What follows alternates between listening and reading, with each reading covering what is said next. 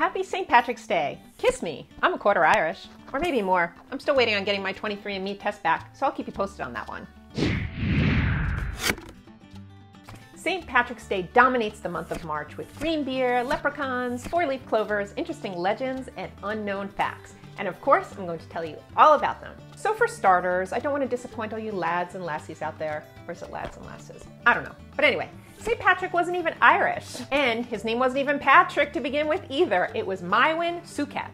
Yeah, you heard it. His name was Mywyn. You see, Mywyn was actually born British to Roman parents in either Scotland or Wales. No one's really sure which.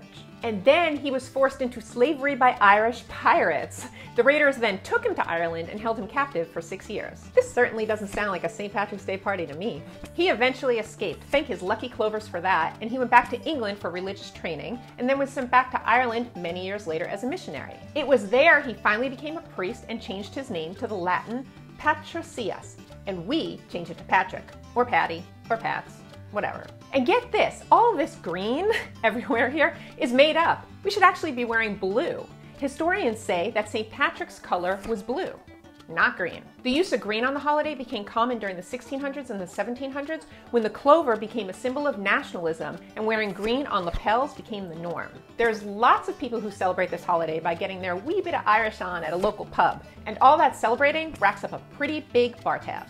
Last year, Americans were estimated to have spent a record-breaking $5.9 billion on St. Patrick's Day. But you know, this wasn't always such a party holiday. In fact, no one used to drink at all. It used to be a dry holiday. Up until the 1970s, St. Patrick's Day was considered a religious holiday in Ireland, meaning that all the pubs in the country were closed. However, Ireland later realized that they could attract lots of tourists for the holiday, and then suddenly the Guinness was free-flowing.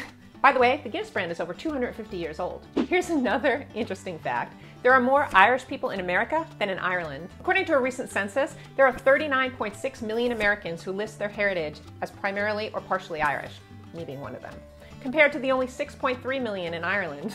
All right, you see shamrocks all the time in relation to St. Patrick's Day. I mean, I think I have like 4 on me right now. But do you know what they really mean? St. Patrick reportedly used shamrocks to explain the Holy Trinity, but later interpretations also said that the 3 leaves are meant to symbolize hope, love, and faith.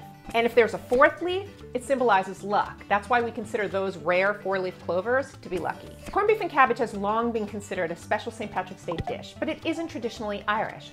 Pork was actually the preferred meat of Ireland, but early Irish immigrants to America found that beef was much cheaper, and they could actually cook the beef and the cabbage in just one pot. Some Irish legends claim that St. Patrick drove all the snakes out of Ireland after being attacked. Historians and biologists say this probably isn't true, since there were never really many snakes in Ireland to begin with, but it sounds like a good legend, doesn't it? Did you know Chicago dyes their river green every year for St. Patrick's Day? Ever since 1962, the city dyes the river green using 40 pounds of powder, which reacts with the water to produce a green color. And don't worry, it's environmentally friendly. Speaking of cities in the United States, Boston, one of my favorites, hosts one of the biggest St. Patrick's Day parties in the United States. Boston is where many Irish immigrants settled once they arrived in America, and the Irish spirit is alive and well there. It hosts one of the biggest celebrations in the United States, drawing about 3 million people to the parade. And that parade is usually 3 miles long. When I lived in New York City, I went to the New York City St. Patrick's Day parade once. I was 6 months pregnant, pushing a 2-year-old in a stroller, and that was a really big mistake. Do you ever wonder how the leprechaun got into the mix? This Irish mythical creature is not just the little guy in the green suit guarding over his pink hearts, yellow shooting stars, purple horseshoes, green clovers, blue moons, red balloons, rainbows, and now unicorns on a cereal box. According to legend, the leprechaun guards a pot of gold at the end of the rainbow. If you're lucky enough to catch a leprechaun, he's going to give you 3 wishes. So start looking. I'll be right back. Leprechauns are also known as troublemakers who like to play tricks on people, like sneaking up and pinching them. According to another legend, people who wear green are invisible to leprechauns. That's why in America it's a tradition to wear green clothes on St. Patrick's Day. If you forgot, someone might pinch you.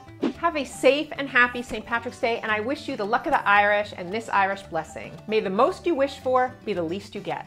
And my wish for you right now is that you subscribe to my YouTube channel. Happy St. Patrick's Day. I'll see you soon. Bye.